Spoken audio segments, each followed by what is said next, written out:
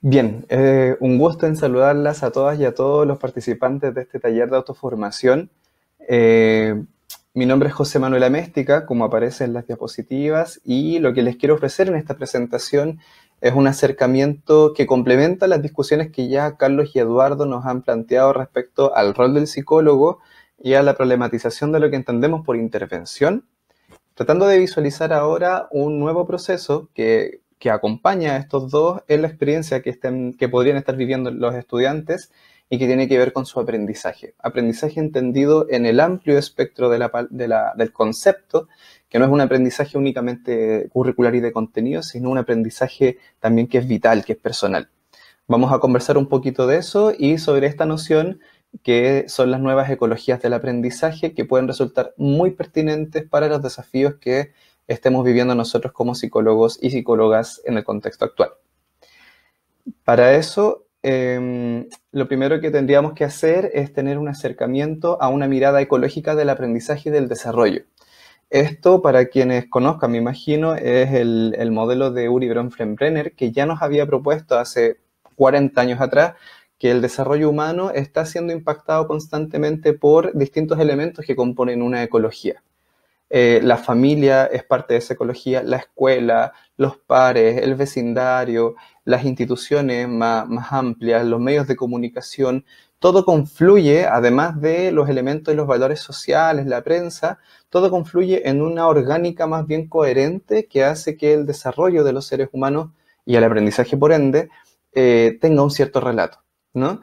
Entonces, toda vez que nosotros entendemos el aprendizaje desde esta perspectiva, podemos problematizar ahora que esa ecología hoy día se ve tensionada, ¿sí? Y esa ecología no se ve tensionada únicamente por el coronavirus, sino que, como señala la diapositiva, los cambios en la forma de entender el aprendizaje no son recientes.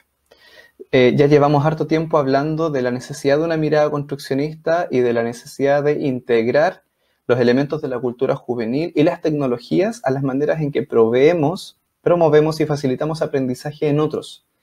Esto principalmente porque los estudiantes, niños, niñas y adolescentes, interactúan con distintos elementos de este ecosistema, incluyendo ahora el elemento tecnológico, digital, y desde ahí no solamente obtienen contenidos, sino que además están adquiriendo herramientas y capacidades que les permiten a ellos y ellas mismas construir sus propios aprendizajes y su propio sentido sobre el aprendizaje. Y esto es lo que tiene tensionado al sistema educativo formal. Porque la pregunta ahora es cómo la educación formal y el aprendizaje curricularmente entendido se puede poner en diálogo con todos estos elementos que componen esta nueva ecología, ¿sí? Aquí lo interesante es constatar solo esta idea, voy a irme moviendo para no tapar la diapositiva, y es que los elementos ecológicos han cambiado, sin embargo, el aprendizaje y el desarrollo de los estudiantes siempre han estado ahí como necesidad, ¿sí? Dicho aquello, es que viene la noción de las nuevas ecologías del aprendizaje, que la propone César Coll, de quien ya habló Carlos en su video, y que se basa por lo bajo en dos premisas. Una de ellas es que ya no podemos entender el aprendizaje como una cuestión lineal, ¿no? No es que yo aprendo el contenido, sino que el aprendizaje parece ser un proceso que me acompaña a lo largo de mi vida, pero también, dice César Coll, a lo ancho de la vida. Es decir, ocurre en distintos espacios de forma simultánea y no todas las veces de forma coherente.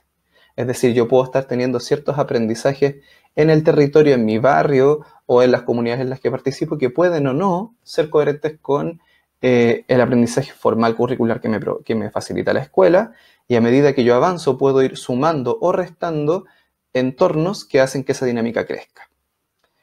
Y por otro lado, lo que tengo que tener en consideración es que toda vez que las tecnologías de la información se han hecho presentes, el aprendizaje ya ni siquiera está dependiendo de entornos y espacios físicos puntuales, sino que se moviliza conmigo, ¿no? El aprendizaje ya ni siquiera depende de un escritorio, porque yo tengo un teléfono celular que me puedo llevar a distintos lugares y que hacen que ese aprendizaje no pueda ser tan fácil de distinguir, y entonces lo que empieza a ocurrir es que quienes educamos, profesores, psicólogos, profesionales de la educación en general, perdemos el control. Ya no tenemos control sobre los lenguajes que tiene este aprendizaje que están viviendo los estudiantes, ni los lugares y espacios en los que ese aprendizaje ocurre. ¿Sí?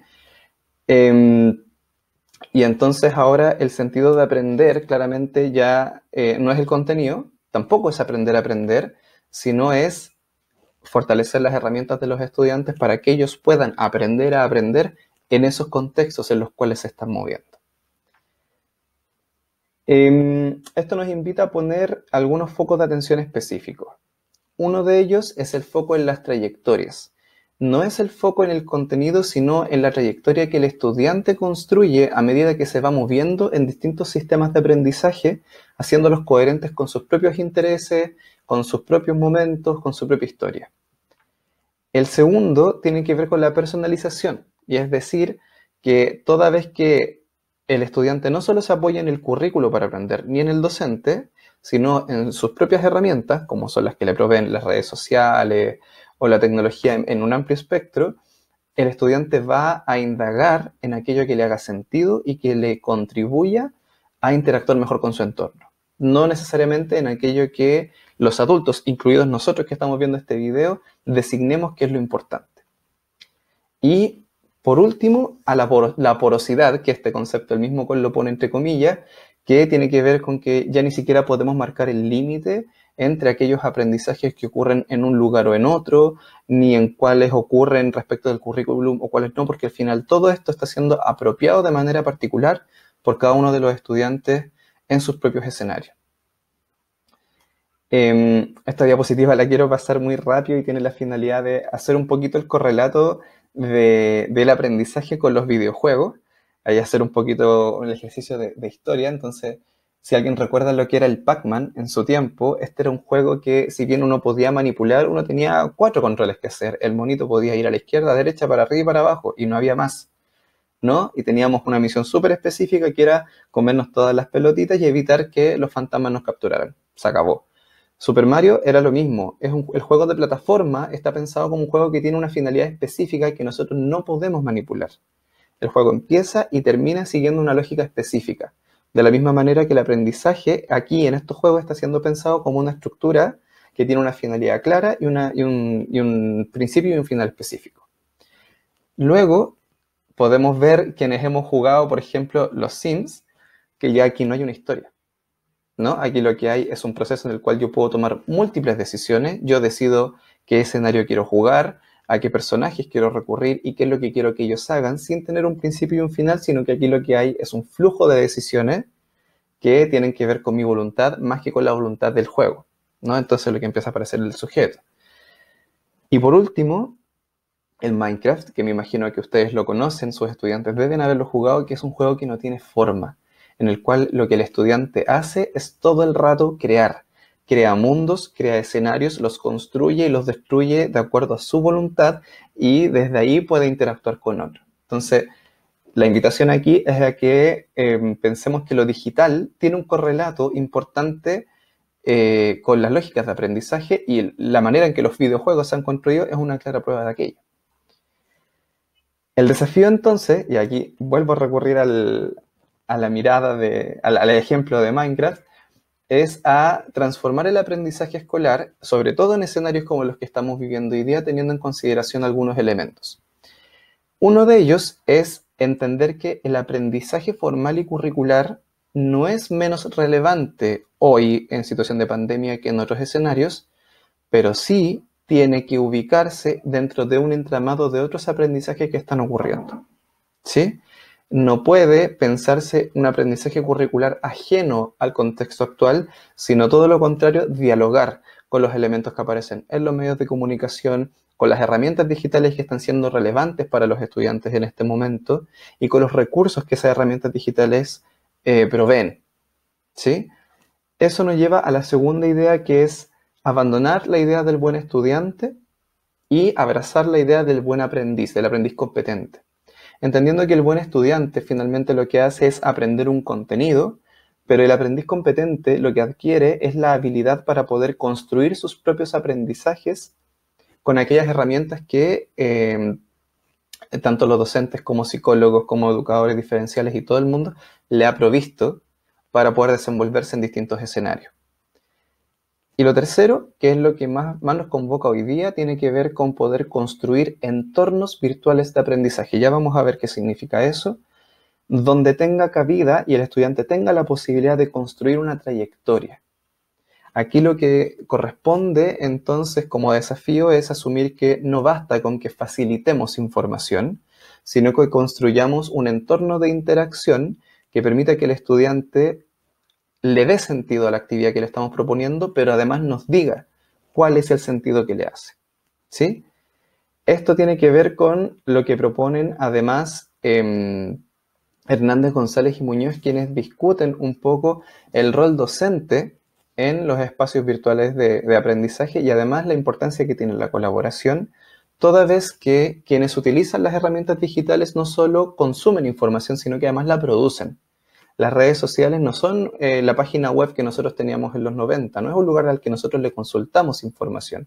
Es un lugar en el que constantemente estamos opinando e interactuando con otros. Y eso hace que sean espacios donde podemos generar pertenencia y además una experiencia personal especial, ¿sí? Y eso nos invita y nos tensiona a pensar la tecnología como un espacio que no solamente es un repositorio de información, sino que también permita la colaboración y el aprendizaje horizontal.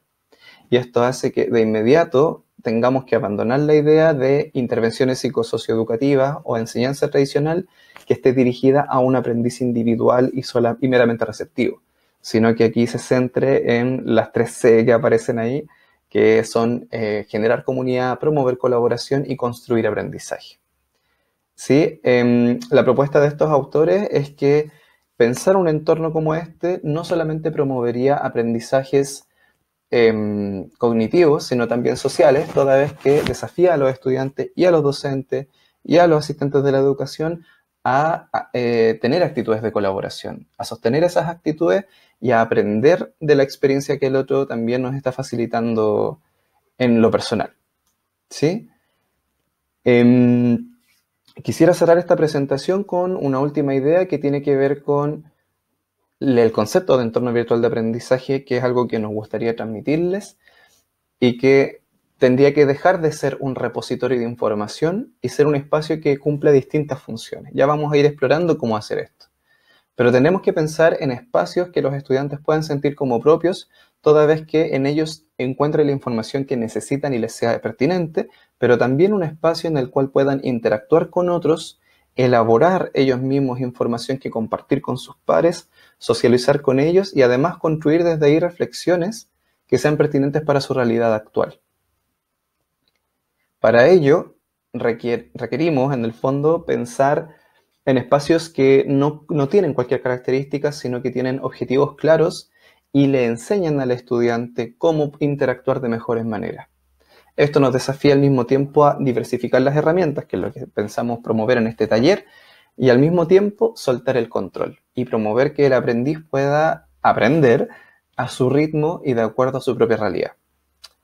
Esta es la portada de un libro que hemos dejado disponibles para ustedes en los recursos del aula virtual y que precisamente profundizan en algunas de las ideas que hemos compartido aquí. Y no sin haber terminado por esto, me gustaría plantear algunas preguntas simplemente para nuestra reflexión profesional y personal en base a lo que hemos discutido, a lo que les he presentado, ¿no? Una de ellas tiene que ver con pensar qué entornos virtuales requieren nuestros estudiantes para poder depositar en ellos sus procesos de desarrollo y aprendizaje en el contexto actual. ¿Qué tipo de contexto generar? Luego, la pregunta que nosotros debiésemos hacernos es cómo hacer visible y cómo acceder a la trayectoria del aprendizaje social y personal que estos estudiantes están viviendo hoy.